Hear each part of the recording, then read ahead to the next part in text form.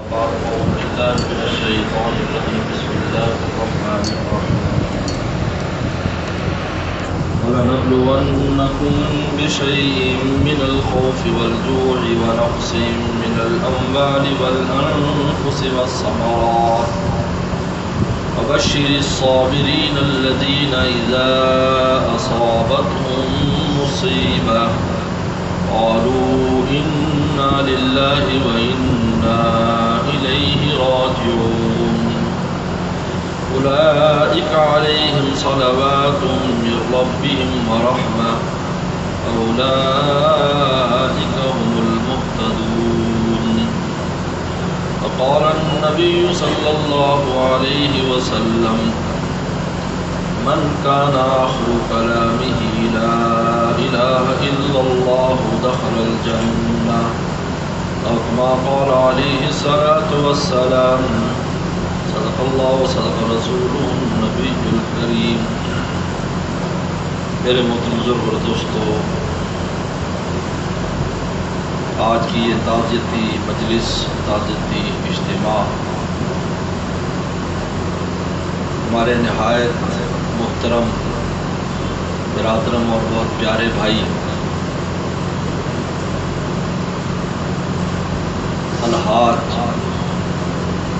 شہزادہ محمود اقبال صاحب رحمۃ اللہ علیہ کے سلسلے میں بھائی شہزادہ صاحب بہت خوبصورت انسان تھے. اللہ نے ان کو فکر آخرت اور اخلاق سے نوازا تھا. انسان کا سب سے بڑا کمال دو ہے، اس کو فکر آخرت بھی ہو اور مخلوق کا بھی حقوق ادا کرتا، جس کا نام اخلاق ہے. اگر صرف فکر آخرت اور اخلاق اچھے نہ ہوں تو اپنی ذات کے لیے تو مفید ہے، دوسروں کے لیے نہیں. اور اگر اخلاق اچھی اور فکر آخرت نہیں تو دنیا میں تو وابا ہے، آخرت میں نہیں. لیکن جب انسان میں اخلاق بھی ہوتے ہیں اور اس کو فکر آخرت بھی ہوتی ہے تو دنیا میں بھی اس کو ثناء خلق ملتی ہے، مخلوق اس کی تعریف کرتی ہے. اور ثناء خلق کو پیغمبر صلی اللہ علیہ وسلم نے ربنا آتنا فی الدنیا حسنہ کی جو تفسیر پیغمبر سلام سے آئی ہے، ان میں سے ایک یہ ہے کہ مخلوق اس کو اچھا کہتی ہو، کیونکہ رسول اللہ نے فرمایا انتم شہداء للہ فی الارض، تم لوگوں اے لوگوں تم زمین میں اللہ کے گواہ ہو. کسی کے لیے خیر کی گواہی دے دو گے، اللہ اس کے ساتھ خیر کا معاملہ کر دے گا. چنانچہ حدیث شریف میں آتا ہے کہ ایک آدمی جب دنیا سے جاتا ہے تو فرشتوں کی جماعت بھیجی جاتی ہے یہ پوچھنے کے لیے، گلی کوچوں میں، محلے میں، عزیزوں میں، دوستوں میں جا کر پوچھو اس انسان کے بارے میں لوگ کیا کہتے ہیں. کہتے ہیں بہت اچھا انسان تھا، ہر ایک اس کی تعریف کر رہا ہے. اللہ تعالیٰ ارشاد فرماتے ہیں میں اپنے علم پر فیصلہ نہیں کرتا، میں لوگوں کے کہنے پر اس کے لیے خیر کا فیصلہ کرتا. سبحان اللہ، ماشاءاللہ. اس لیے اخلاق کو اہمیت دی ہے. فکر آخرت کے ساتھ جہاں انسان دینداری اختیار کرے وہاں اس کے اخلاق بھی اچھے ہونے چاہیے. اور اخلاق کی بنیاد کیا ہے؟ جس کو قرآن نے والکاظمین الغیظ والعافین عن الناس واللہ یحب المحسنین. کاظمین الغیظ، اپنے غصے کو کنٹرول رکھتا ہو، کیونکہ دنیا میں کوئی ایسا انسان نہیں ہے کہ جس کو ناگوار بات پیش نہ آتی، کوئی نہیں ہے. پیغمبروں کی جماعت بھی نہیں ہے جو اللہ کے محبوب ہیں، ان کو بھی ناگوار بات پیش آ جاتی ہے. لیکن والکاظمین الغیظ، اللہ نے فرمایا کہ ناگوار پر غصہ تو آئے گا لیکن جس غصے کو پی جائے گا وہ میرا پیارا ہے. والعافین عن الناس، اور لوگوں کو معاف کرتے ہیں. اللہ یحب المحسنین، اور اللہ احسان کرنے والوں کو پسند کرتے ہیں. میرے دوستو، اللہ تعالیٰ نے یہ صفات ہمارے بھائی میں رکھی. 30-35 سال کی ہماری رفاقت تھی، میرے ہم زلف تھے. اب ہم زلف کا کتنا زیادہ ملنا جلنا ہوتا ہے، کتنا آنا جانا ہوتا ہے. ہر خوشی غمی میں اکٹھا ہونا فرائض کے درجے میں ہے، شریعت کا بھی تقاضا ہے. اور سوسائٹی کے بھی تقاضا ہے، لیکن الحمدللہ اتنے طویل عرصے میں کبھی کوئی چھوٹی سی ناگواری کی بات آگے پیش نہیں آئی۔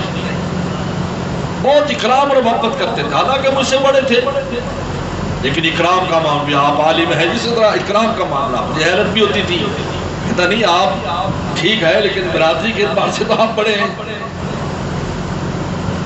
میرے دوستو، بہت دکھ اور تکلیف ہے ان کے جانے کہ آپ کے محلے کی بھی زینت تھے، وہ آپ کی مسجد کی بھی زینت تھے، ہمارے خاندان کی اور اپنے خاندان کی زینت تھے، بہت خوبصورت انسان تھے۔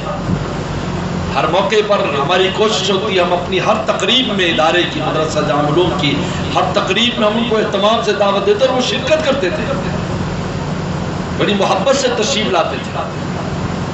میرے دوستو، اس لیے قرآن مجید نے کہا کہ بشر الصابرین، دیکھیے جب بھی دنیا سے کوئی جاتا ہے تو جانے والا کیسے کامیاب ہوگا، پچھلے والے کیسے کامیاب ہوں گے، دونوں کی ہدایات اللہ رسول نے دی ہے۔ جانے والے کے بعد فرمایا من کان آخر کلام لا الہ الا اللہ دخل الجنہ، جس کا آخری کلام لا الہ الا اللہ ہوگا وہ جنت میں داخل ہو گیا۔ یعنی اگر آخر تک اس کو مولا یاد رہا، چاہے لا الہ نہ پڑھے، اللہ کا کوئی بھی نام لے لیتا ہے، کوئی آیت پڑھ لیتا ہے، کوئی بھی زبان سے مولا کا نام کسی انداز میں بھی لے لیتا ہے، تو اس حدیث کا مصداق ہے۔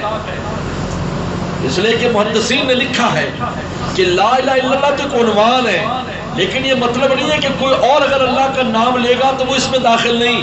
اس لیے کہ رسول اللہ صلی اللہ علیہ وسلم جب دنیا سے گئے تو انہوں نے آخری الفاظ کیا تھی؟ اللہم بالرفیق الاعلیٰ،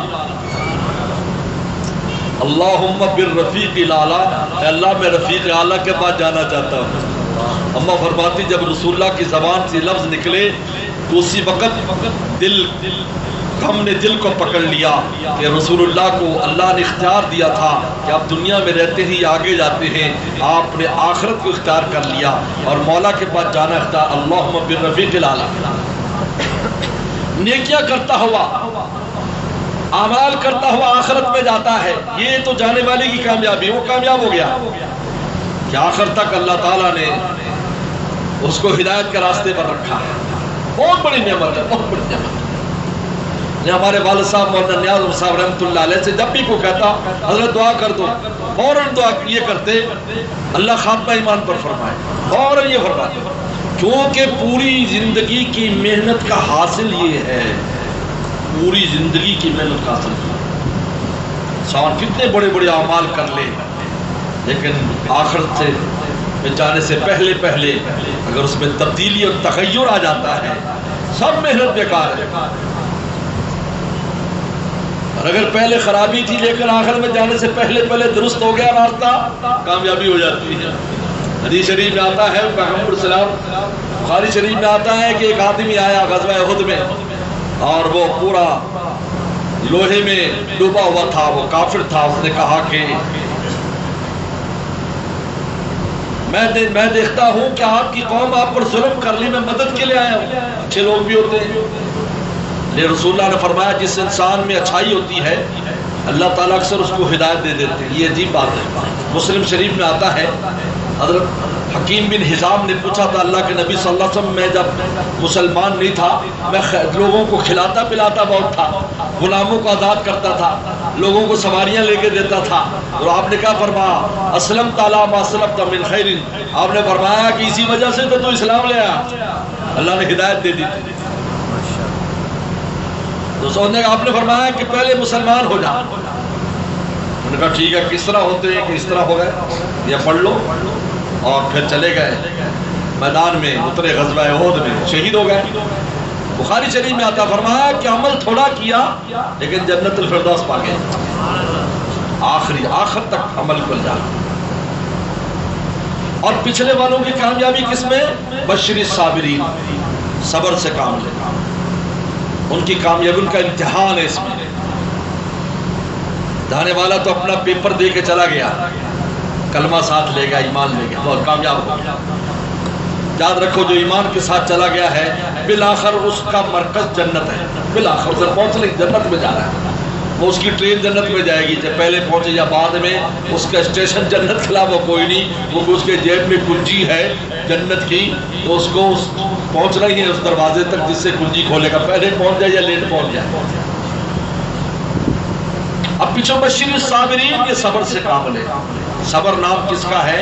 نہ زبان سے شکایت ہو، نہ دل میں شکایت ہو کہ اللہ تعالیٰ نے ایسا کیوں کیا، بلکہ میں تو کہتا ہوں کہ ایمان کے ساتھ ہمارے بڑے چلے جائیں نا تو ہمارے لیے بھی رستہ کھل جاتا ہے، اس لیے کہ قرآن نے کہا لحقنا بہم ذریتہم، کہ جب ایمان کے ساتھ بڑے چلے گئے تو پچھلوں کو بھی ہم ان کے ساتھ ملا دیں گے اگرچہ ان جیسے اعمال نہ ہو۔ اس لیے میں کہتا ہوں کہ لوگ کہتے ہیں یہ تو نیک تھا اس کے لیے اتنا اصحال ثواب کیوں کرتے ہو؟ جیسے ماں باپ ماشاءاللہ نیک بن، جیسے بھائی شہزاد صاحب اللہ والے انسان تھا، اس کے لیے خوب اصحال ثواب خوب دعا کرو، وہ اس لیے کہ جتنا اونچا چلا جائے گا آپ بھی وہیں چلے جاؤ گے نا، تو اپنے لیے کر رہے ہو۔ الحقنا بہم ذریتہم وما التناہم من عملہم من شیء۔ صابرین، صبر سے کام لے۔ اور کیا پڑھے؟ انا للہ و انا الیہ راجعون، اللہ ہم بھی تیرے اور ہم نے بھی وہیں جانا ہے جہاں وہ چلے، وہ رستہ متعین ہے، آپ نے بھی اور میں نے بھی وہاں چلے جانا ہے۔ کتنے تھے جو اس سے پہلے جہاں ہوتے تھے، آج ہمارے ساتھ نہیں، کل کتنے اور چلے جائیں گے، سلسلہ چلتا رہے گا۔ اولئک علیہم صلوات من ربہم ورحمہ، تین نعمتیں صبر پر عطا فرما رہے، تین نعمتیں، صلوات ہے ان لوگوں پر، صلوات یاد رکھو، صلوات وہ خاص رحمت ہے جو پیغمبروں پر نازل ہوتی ہے، لیکن صبر کی وجہ سے غلاموں پر بھی وہ نازل ہوتی ہے۔ صلوات خاص رحمت ہے۔ ہم صلاۃ و سلام پڑھتے ہیں تو صلاۃ کس کے لیے پڑھتے ہیں؟ نبیوں کے لیے پڑھتے ہیں، پھر نبیوں کے تابع کر کے ہم دوسروں کے لیے پڑھتے ہیں، لیکن اصل میں پیغمبر کے لیے تو صلاۃ خاص قسم کی رحمت ہوتی ہے۔ تو اللہ تعالیٰ نے فرمایا کہ جب یہ صبر سے تم کام لوگے، نہ زبان پر شکوہ آنے دو گے، نہ دل میں تم شکوہ پیدا کرو گے، تو ہم تم پر وہ خاص رحمتیں نازل کریں گے جو ہم اپنے پیاروں پر نازل کرتے ہیں۔ دوسرے نام رحمہ، عام رحمت بھی تمہیں دیں گے، خاص بھی دیں گے، عام بھی دیں گے، خاص بھی عام بھی، کیونکہ خاص عام ساری چیزیں مل جائیں تو پھر جس طرح حدیث شریف میں آتا ہے کہ بعض ایسے امتی ہوں گے کہ ان کی جنتوں میں ایسا محل ہوگا کہ پیغمبر بھی کہیں گے ہماری جنت میں بھی ایسا ہوتا، حالانکہ پیغمبروں کے ہاں تو بہت اونچی چیزیں ہوں گی، لیکن جہاں انسان کہتا اعلیٰ ہو تو اس سے کم والا بھی ہو تو انسان کو اچھا لگتا ہے۔ جیسے آپ کو گاڑی ہے اور آپ کو یار موٹر سائیکل بھی ہو تو اچھا ہے، کیونکہ اس گلی کے اندر گاڑی نہیں آتی، مسجد تک موٹر سائیکل ہوتا تو یہ اچھا ہو جاتا۔ بالکل اسی سے آپ سمجھیں اللہ نے فرمایا ہم ان صابرین پر خاص رحمت بھی نازل کریں گے اور عام رحمت بھی نازل کریں گے۔ اور تیسرا انعام اولئک المہتدون، ان لوگوں کو ہدایت پر رکھیں گے۔ سبحان اللہ۔ جب میں اور آپ ہر نماز میں اہدنا الصراط المستقیم، صبر کی برکت سے ہدایت پر رہیں گے یہ لوگ۔ بس میرے دوستو، میں آپ حضرات سے یہی کہوں گا، اور خصوصاً ان کے اولاد سے، ان کے عزیزوں سے، اپنے آپ سے بھی، کہ انہوں نے جس انداز میں زندگی بسر کی ہے، بہت دوست احباب اس محلے میں، اس مسجد میں، اس مسجد کے ساتھ تو بڑا خاص تعلق تھا، بڑا وقت اس کے اندر عصر سے عشاء تک کا میرے خیال مستقل ان کا قیام ہوتا تھا۔ آپ ہمیشہ ان کو یاد رکھیں دعا میں اور اصحال ثواب کرتے رہیں، یہ دوستی کا حق ہے، اور ان کے عزیز و قریب اور اولاد ان کے راستے پر چلیں، ان کو تکلیف نہ پہنچے۔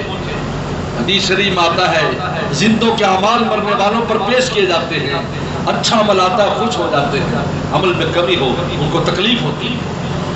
ہم ہر عمل سے پہلے سوچیں کہ ہمارا یہ عمل ہمارے والدین کے لیے تکلیف کا باعث تو نہیں ہے آخرت میں، جس کو غور کریں، اس کو سوچیں،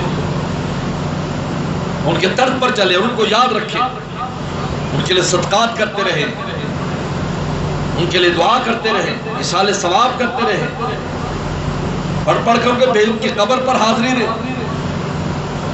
اور ڈاکٹر عبدالحی صاحب رحمۃ اللہ علیہ فرماتے ہیں ہر 8ویں دن اولاد کو چاہیے اپنے والد اور والدین کی قبر پر حاضری رہے، خوش ہو جاتے ہیں، خوش ہو جاتے ہیں، ہمارا کوئی آیا ہے، ہمیں کوئی ملنے آیا ہے، حدیث میں پوری تفصیلات ہے بخاری شریف کے اندر کی موجود.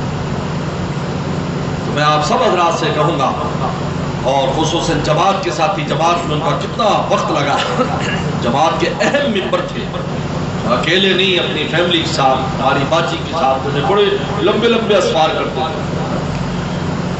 ہم بھی جماعت سے ان سے پوری کارگزاریاں بھی سنا کرتے بھی، کیا ہوا وہاں گئے تھے تو کیسے، بڑے عجیب عجیب حالات بتاتے تھے. اس لیے بس میں آپ حضرات سے انہی الفاظ سے رخصت چاہوں گا. وآخر دعوانا ان الحمدللہ رب العالمین. اللہم لک الحمد کما انت صلی علی محمد کما تحلو وفل بنا کما انت انک تحل التقوی والمغفرہ. ربنا ظلمنا انفسنا وان لم تغفر لنا وارحمنا لنکن من الخاسرین. ربنا اغفر لنا ولاخواننا الذین سبقونا بالایمان ولا تجعل فی قلوبنا غلا للذین آمنوا ربنا انک رؤوف رحیم.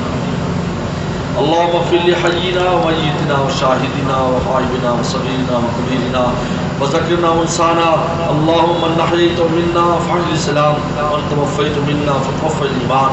اللهم اغفر له وارحمه واكرم نزله ووسع مدخله ونقيه من الذنوب كما ينقى الثوب الابيض من الدنس واغسل خطاياه بالماء والثلج والبرد وابدله دارا خيرا من داري واهلا خيرا من اهلي وادخل الجنه واعذه من النار. رب اغفر وارحم وانت خیر الراحمین. یا اللہ بھائی شہزاد صاحب کی بے حساب مغفرت فرما. یا اللہ ان کے درجات کو بلند فرما، اعلیٰ علین میں جگہ عطا فرما، جنت الفردوس میں ٹھکانہ نصیب فرما، ان کی قبر کو جنت کے باغوں میں سے پاک فرما. یا اللہ تحت نگاہ اس کو وسیع فرما. یا اللہ ان کی سیئات کو معاف فرما. یا اللہ ان کی خطاؤں سے درگزر فرما. یا اللہ آپ کے پاس چلے گئے، آپ ارحم الراحمین ہیں. یا اللہ ارحم الراحمین ہے. یا اللہ ان کے ساتھ رحم کا معاملہ فرما، ان کے ساتھ خیر کا معاملہ فرما. یا اللہ ان کو اپنے بڑوں کے ساتھ جنت الفردوس اعلیٰ علین میں جگہ عطا فرما. ان کی نیکیوں کو قبول فرما، ان کی نیکیوں کو قبول فرما. ان کے صدقات جاریہ کی حفاظت فرما. اس انداز میں صدقہ جاریہ چھوڑ کے اپنے شاگردوں کی شکل میں، اولاد کی شکل میں، یا اللہ اور اعمال کی شکل میں جو صدقہ جاریہ صدقات کی شکل میں چھوڑا ہے، یا اللہ ان کے صدقات جاریہ کو قبول فرما، صدقات جاریہ کی حفاظت فرما. ان کی اولاد کو ان کا سچا جانشین بننے کی توفیق عطا فرما. یا اللہ ان کے بعد ان کی برکتیں، یا اللہ ان کے خاندان، ان کے گھر پر جاری ساری فرما. یا اللہ ان کے بعد میں برزخ سے ان کی برکتوں کو جاری ساری فرما. یا اللہ ہر طرح کی عافیت نصیب فرما. یا اللہ اس پورے قبرستان والے جہاں وہ دفن ہیں، یا اللہ ان کی وہاں تدفین کی برکت سے سب کی بخشش فرما. یا اللہ سب کی بخشش فرما، پورے قبرستان والوں کی بخشش فرما. یا اللہ ہمارے والدین، اساتذہ، مشائخ، عزیز اقارب جو دنیا سے جا چکے سب کی بے حساب مغفرت فرما. یا اللہ ہم سب کو فکر آخرت نصیب فرما، ہمارے اخلاق کو درست فرما، ہمیں ہر طرح کی عافیت نصیب فرما، ہر طرح کی عافیت نصیب فرما. ہمارے تمام مرحومین مرحومات کی مغفرت فرما. ان کے سال ثواب کے لیے جو کچھ پڑھا گیا ہے، یا اللہ اس کو قبول فرما کہ ان کے نام اعمال میں درج فرما، ان کو قبول فرما کہ ان کے نام اعمال میں درج فرما. یا اللہ ہمیشہ اپنی دعاؤں میں سال ثواب میں ان کو یاد رکھنے کی توفیق عطا فرما. یا اللہ تمام پسماندگان کو، اس ہماری باجی صاحبہ کو، یا اللہ ان کے بچوں کو، ان کی بچیوں کو، یا اللہ سب عزیز و اقارب کو، ان کی بہنوں کو، یا اللہ اور ان کے آگے بال بچوں کو، سب کو، ان کے بھائی کے بچوں کو، سب کو یا اللہ صبر جمیل عطا فرما، صبر جمیل عطا فرما، اجر کثیر عطا فرما. سب کو صبر سے کام لینے کی توفیق عطا فرما. یا اللہ خوب آپس میں اتفاق، اتحاد و شیر شکر میں رہنے کی توفیق عطا فرما. یا اللہ ہر طرح کی عافیت نصیب فرما. یا اللہ ہماری باجی صاحبہ کو یا اللہ ہمت نصیب فرما. کوئی پڑی ہے یا اللہ وہی اب اولاد کے لیے نعمت عظمیٰ ہے. یا اللہ اولاد کو بھی ان کی قدر کرنے اور ان کو بھی ہمت سے کام لینے کی توفیق عطا فرما. یا اللہ ان کے بے حساب مغفرت فرما، بے حساب مغفرت فرما. اللہ سب دل دکھے ہوئے یا اللہ ان کی جدائی سے، یا اللہ آپ سب کو بھی صبر اور اجر عطا فرما. یا اللہ ہماری حاجات کو اپنے خزانوں سے پوری فرما. وَمِنَّا نَسْأَلُ بِالْخَيْرِ مَا سَأَلَكَ مِنْهُ نَبِيُّكَ مُحَمَّدٌ صلی اللہ علیہ وسلم وَنَعُوذُ بِكَ مِنْ شَرِّ مَا اسْتَعَاذَكَ مِنْهُ نَبِيُّكَ مُحَمَّدٌ صلی اللہ علیہ وسلم المستعان ملك البلاغ ولا حول ولا قوة إلا بالله. وصلى الله تعالى على خير خلقه محمد وآله وصحبه أجمعين.